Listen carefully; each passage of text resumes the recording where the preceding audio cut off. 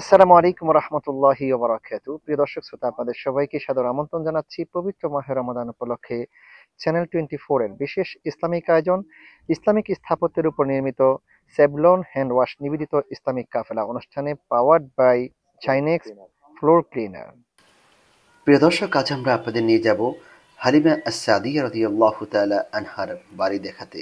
মক্কা থেকে প্রায় ৯৫ কিলোমিটার দূরে তায়েফ শহর এবং সেখান থেকে আরও ৯০ কিলোমিটার দূরে, অর্থাৎ মক্কা থেকে সর্বমোট ১৮৫ কিলোমিটার দূরে সমুদ্রপৃষ্ঠ হতে ৫,০০০ ফিট উপরে বনু সাদ অঞ্চলে দুধমা হালিমা সাদিয়া রাদিয়াল্লাহু তাআলা আনহার ঘর।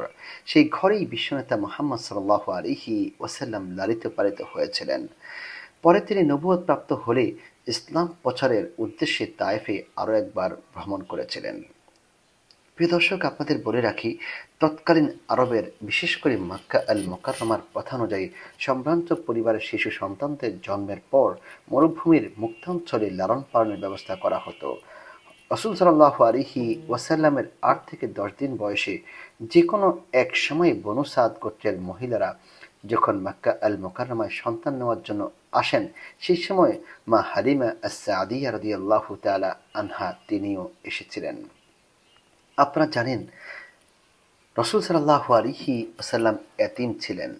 এতিম থাকাতে রাসূল সাল্লাল্লাহু আলাইহি ওয়াসাল্লামকে কেউ নিতে রাজি হননি। পরিশেষে হালিমা আস-সাদিয়া রাদিয়াল্লাহু তাআলা আনহা তিনি তার স্বামীর সঙ্গে পরামর্শ করে রাসূল সাল্লাল্লাহু আলাইহি ওয়াসাল্লামকে নেওয়ার জন্য সিদ্ধান্ত গ্রহণ করে এবং রাসূল সাল্লাল্লাহু আলাইহি ওয়াসাল্লামের মায়ের কাছ থেকে লালন পালনের জন্য তারা রাসূল সাল্লাল্লাহু আলাইহি ওয়াসাল্লামকে তায়েফে নিয়ে যান।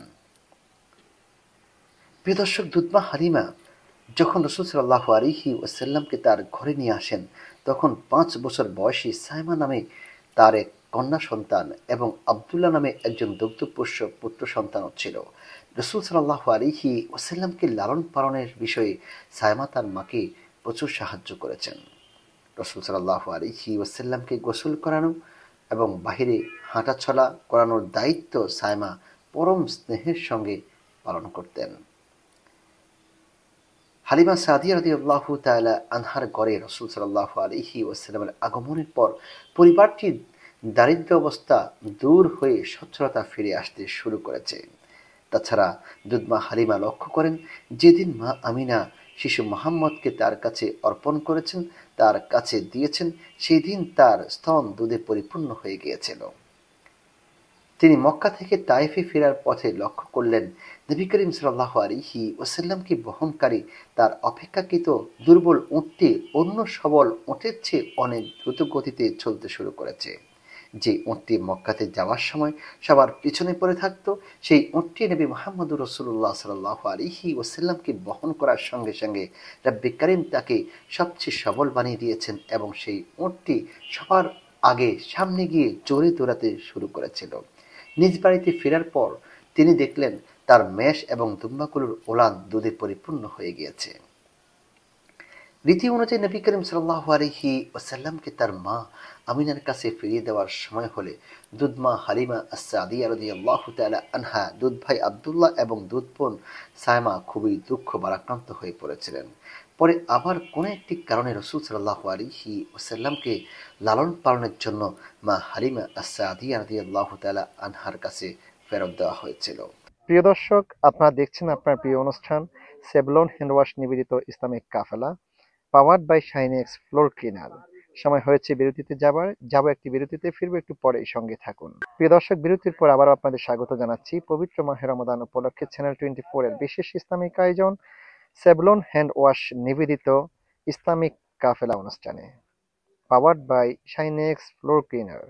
প্রিয় দর্শক, আজকে আমরা আপনাদেরকে যে জায়গা নিয়ে এসেছি সেই জায়গাটি খুবই গুরুত্বপূর্ণ এবং বরকতময় একটি জায়গা, যে জায়গার সঙ্গে ইসলামের ইতিহাস অনেক বড়ভাবে জড়িত রয়েছে। আপনারা জানেন রাসূল সাল্লাল্লাহু আলাইহি ওয়াসাল্লামের কথা।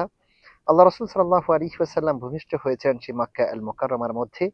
সেই সময় প্রথা ছিল এই এলাকার লোকেরা বনী সাদ এবং এই এলাকার মহিলারা মক্কা আল মুকাররমায় যেত এবং গিয়ে তারা সেখানে থাকা বাচ্চাদেরকে নিয়ে এসে এখানে দুধ পান করাতো এবং লালন পালন করাতো কয়েকটি কারণে। তার মধ্যে একটি ছিল এখানে বাচ্চারা শুদ্ধ সুন্দর ভাষা শিখতে পারত এবং তাদের স্বাস্থ্য ভালো থাকতো। তারই ধারাবাহিকতা হালিমা সাদিয়া রাদিয়াল্লাহু তাআলা আনহা তিনি গিয়েছেন মক্কা আল মুকাররমার মধ্যে বাচ্চা আনার জন্য এবং তিনি অনেক ঘোরাঘুরি করার পর যখন তিনি বাচ্চা পাননি, পরিশেষে তার স্বামীর সঙ্গে পরামর্শ করে রাসূল সাল্লাল্লাহু আলাইহি ওয়াসাল্লামকে আনার জন্য সিদ্ধান্ত গ্রহণ করেছিলেন। এবং রাসূল সাল্লাল্লাহু আলাইহি ওয়াসাল্লামকে এনে এই জায়গার মধ্যে আপনারা দেখতে পাচ্ছেন জায়গাটি, এই জায়গার মধ্যেই মূলত রাসূল সাল্লাল্লাহু আলাইহি ওয়াসাল্লাম লালিত পালিত হয়েছেন এবং দীর্ঘ কয়েক বছর আল্লাহ রাসূল এখানেই ছিলেন। প্রিয় দর্শক, আমরা আপনাদেরকে দেখাচ্ছি ঘুরে ঘুরে মা হালিমা সাদিয়া রাদিয়াল্লাহু তাআলা আনহার বাড়ি এবং যেখানে রাসূল সাল্লাল্লাহু আলাইহি ওয়াসাল্লামের সিনাই ছাকের ঘটনা ঘটেছিল, বক্ষ বিদীর্ণের ঘটনা ঘটেছিল সেই জায়গাটিতে।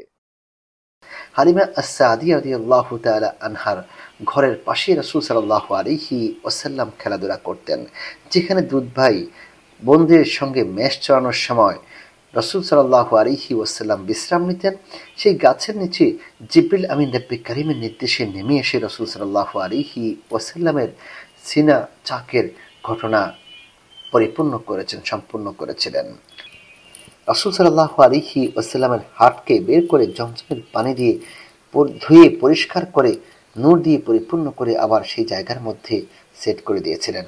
রাসূল সাল্লাল্লাহু আলাইহি ওয়াসাল্লামের টোটাল পুরো জীবনে 4 বার এরকম সিনা ছাকের ঘটনা বিভিন্ন জায়গায় ঘটেছিল। হযরত হালিমা আস-সাদিয়া রাদিয়াল্লাহু তাআলা আনহার ঘর এবং গাছ দুটি দেখার জন্য প্রতিদিন সেখানে প্রচুর মানুষের আগমন ঘটে থাকে। তবে সেখানে যাওয়ার ক্ষেত্রে ভারতীয় উপমহাদেশের লোকজনের আগ্রহী আমরা বেশি দেখে থাকি। কোনো আরবকে সেখানে খুব একটা দেখা যায় না।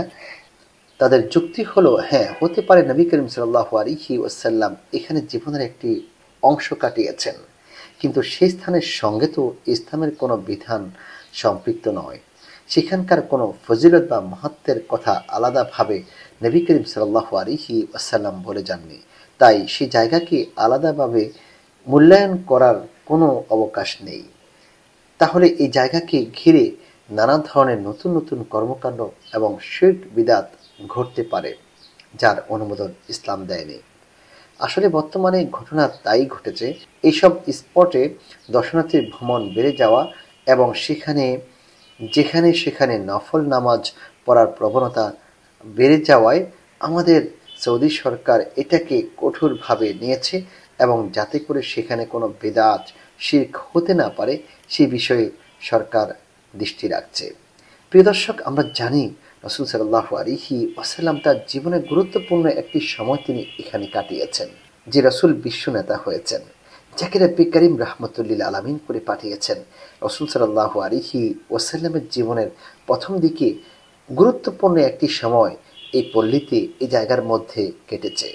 আপনারা দেখতে পাচ্ছেন, আমরা আপনাদেরকে ঘুরে ঘুরে দেখানোর চেষ্টা করছি রাসূল সাল্লাল্লাহু আলাইহি ওয়াসাল্লাম যে জায়গার মধ্যে শিশুকালে লালিত পালিত হয়েছেন, সেই বনু সাদের হালিমা আস-সাদিয়া রাদিয়াল্লাহু তাআলা আনহার বাড়ি।